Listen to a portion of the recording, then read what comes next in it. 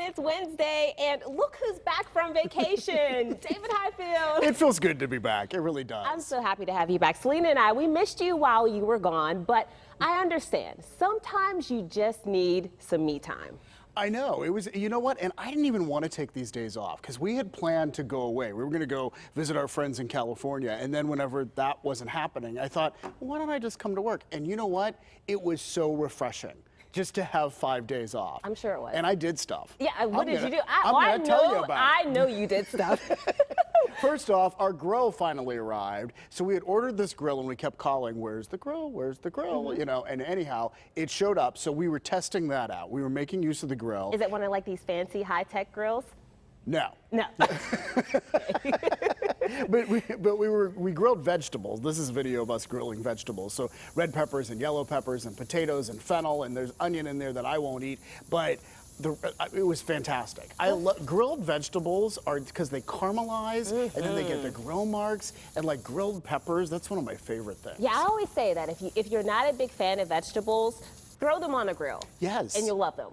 Exactly. Yeah, so those look great. That's a great tip. Now, while we were grilling, I have told you about the saga of the squirrel in our backyard before. Because last year he was like digging in all the flower pots. Don't tell me the squirrel is back. Squirrel's back. So this is the tree right next to our deck, and there's a squirrel in there somewhere. There he is. So he's like, he knows that I'm filming him. Wait, I can't see him. He's right in the middle of the screen. Right, he's like staying still. Oh, because he's like a stealth squirrel. Well, here's how we noticed. So he was walking in the tree, and he was like tearing off little branches and bringing them back to the middle of the tree, like building a nest or something. Okay. So I had to have a chat with him, and you saw the video where I start talking to him. Wait, so you said you're talking to the squirrel? We've named him Felix. Okay. But anyhow, yeah. I thought maybe if I told him, you can have your nest here or whatever, but don't come onto the deck and dig in the flower pots. I don't know whether he got it or not. I don't know. He just like froze there until I walked away. Well, hopefully he listened to you. I don't know. It seemed he was at least respectful. Okay, I will say, yeah. That's good. It's good to know you have a kind squirrel.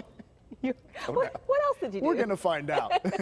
And then yesterday, because it was all a staycation, and then yesterday we were like, where can we go? And we can just like pretend that it's the ocean. So we went to Presque Isle. We went to Erie. Oh, good idea. And I know you used to live in Erie. I used to live in, Do you know this place, Sarah's? I do. So when you're driving into Presque Isle State Park, it's on the right-hand side, and so we needed some food, and I was so impressed with their system. So you can see one of the wait staff there under the tent. They have like a face shield on. They all had iPads, and then they had a mask in addition to the face shield, and then they had 3 different lines so that people were placing their orders. You never got out of your car. They ran your credit card through the iPad or whatever that device was, and then you go to the delivery part and they bring it out. It's in a tray. Everyone has a mask on. It was very efficient, so we got our food there and then we headed to the beach. Oh, that's good. See, I love Erie. You have to, the beach is like the highlight of Erie because probably for about 9 months out of the year, it's freezing cold and snowing.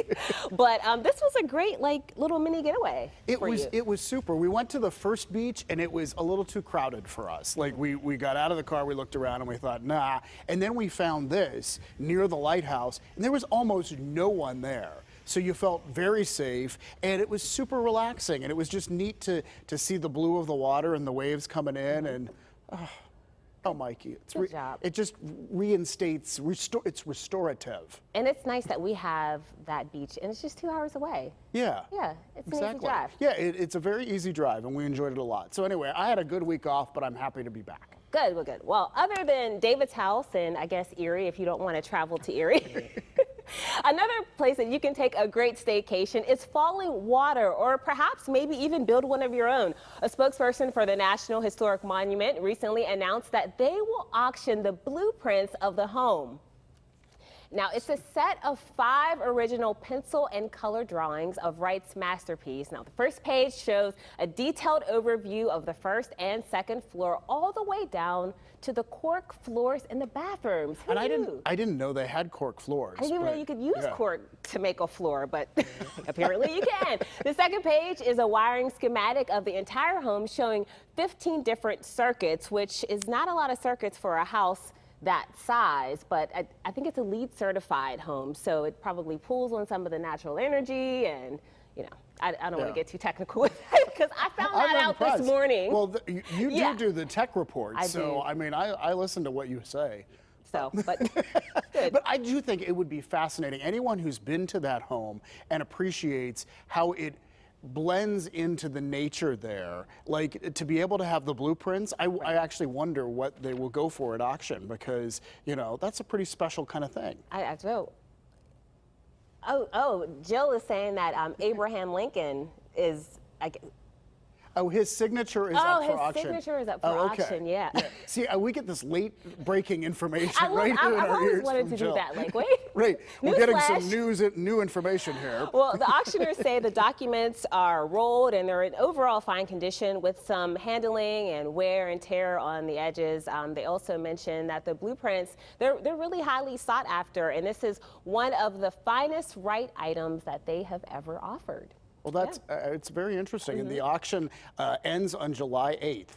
So there you go. We will see. Put your bid in, David. Yeah, I don't know. I don't know how much something like that would go for. It might be beyond my means. Yeah. Well, here's the thing. Let's talk about your vacation. The one thing that I didn't see you do is attempting to hula hoop while you were on vacation. No, I didn't. Well, Although, you know what? I do think it would be good exercise. And I remember as a kid, my cousin Sue could hula hoop, and then I tried, and I wore myself out. It's one of those things that you're moving so much, and like nothing's holding on to it. It's true. Are you a hula hooper? Not really, but I've tried, and it's fun, and it's a good workout. But many people, they're really turning to this new hobby since they're spending more time at home, and you know, some people are watching Netflix and gardening, but a lot of people are starting to hula hoop. And the cool thing about it is that it's not just for kids, it's for adults too. And these adults are forming these online hula hoop clubs and fitness classes you can take right from the comfort of your home. I mean, it makes sense because, you know, I just know from being worn out whenever I try to do it that it is apparently a great workout for you, right? And what I remember, like these ladies here, they can all keep it right there. I remember when I tried it, it would just keep slipping down slowly. And then it'd be down around my knees, and then I'd have to pull it back up again. It's all in the hips. But I mean, it's a great workout. It improves oxygen flow. It burns body fat. It can even help control your balance. Okay. Yeah. And so all right, you have sold me. If there were a hula hoop here, Mikey, you would do. I would give it a try. And there's all sorts of techniques you can use to hula hoop, but I think a great place to start if you want to learn how to hula hoop is YouTube. You can find everything on You can YouTube find these days. almost everything on YouTube. If you don't know how to do it, yeah. And you know, we want to, speaking of hula hooping, show you a really cute video. And so it's a dad helping this girl hula hoop. And look, I mean, do you think she even knows he's holding it, or do you I don't think so. I think she thinks that she is doing a really great job. That's so cute. Oh, no, see, she turned around and she's like, what are you doing there? But she's just loving it. She's got the moves, though. In a little bit, she'll be able to do it for real, on her own. Yeah, so when we get a hula hoop here, this is what I'm going to do for you. I'm just going to stand behind you. I would appreciate that, Mikey. I may need that. All right, so while you were away, I was filling in with Selena. We had a great time, but I was wearing my glasses, and I don't normally wear my glasses on air because my allergies were kind of kicking in, like my eyes were. Worse this year for me. Normally, it's just when the trees blossom that I have allergies, but now I find that if I spend any time outside, then I'll go in and my eyes will be watering afterwards. Yeah, it doesn't take much. Yeah, well, you know the actor Mark Wahlberg, he is a big Pittsburgh fan and has opened 2 Wahlburgers in the area. He has allergies too, and he took to Instagram this week to post a picture of his recent allergy scratch test results. Oh, geez. Look at this. And it turns out that he is allergic to just about everything. Apparently, his back is all red. Yeah, so this... What do you do then? I don't know. So, it was performed on his back, and they test all these different substances, and as you can see by the raised bumps on his skin, it didn't turn out so well for him. I guess not. He's going to have to take care of a lot of things. Yeah. So. Well, I do think, like, I never had allergies when I was a kid, and he is 2 years older than me. He's 49. And I think things kick in sometimes when you, like, certainly I used to be able to see, and now You need your readers. pulling I'm things always telling you, David. Heather, too, Don't where go are your anywhere readers? without your readers.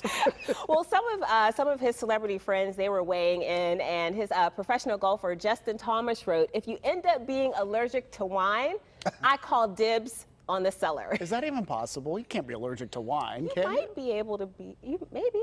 I don't know. think so. Yeah, well, and then Mark said would it be only rough. took him 49 years to realize that he's allergic to almost everything. Almost everything. All right, we want to talk about computers because there are times, do you have an assistant? Do you have like an Alexa or a Google or something at home? I do. And when you ask it to do something, does it feel like you're being kind of bossy? It does. It feels like I'm just like, Alexa, what time is it? Right. Tell What me time now. is it? No, I can't believe you ever talk like that. But I do try to put like please in. Can you please play some jazz music? Because I want her to think that I'm a You're nice person. Yeah, and I she's mean, like, I am a nice you person. are a nice but- person, but it's like she's like a member of your family. Yes. She's in your home. I know, so you Yeah. want to treat her well. I agree. You don't want to just bark out orders. Well, it's because of new research coming out of Pittsburgh. Researchers at Carnegie Mellon have developed an automated method for making communications more polite. Yeah. So the method takes non-polite directives or requests and Orders. and restructures them. Here's an example. Send me the data might become, could you please send me the data? Just like you were saying. Yeah, it's something called politeness transfer, and it's not just about using please and thank you. Sometimes, it's making language less direct. Instead of saying you should do X, it becomes let us do X. Let's It's do it. Embark inclusive. together. Yes. Let's do it together. Like we should do this. Yeah. And I'm not surprised that this is happening not only at CMU because they're geniuses, but in Pittsburgh because Pittsburghers, as a rule, I think are very polite. I agree. And I think we're a very polite politeness city. right now in the time that we're in, it goes a long way. It helps because Yeah. everyone's on edge. So if you're kind to one another, I think it helps us get through it better. You're absolutely right, David. I'm going to be kind to you all day. And Jill in our ear is saying, please take a break now.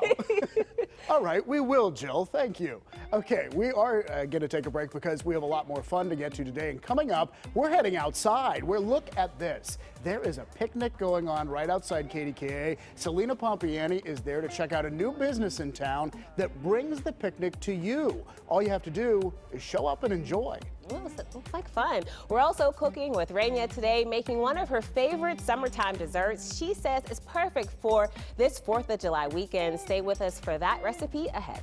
And then, how well are you COVID cleaning? Chances are you may be doing it all wrong.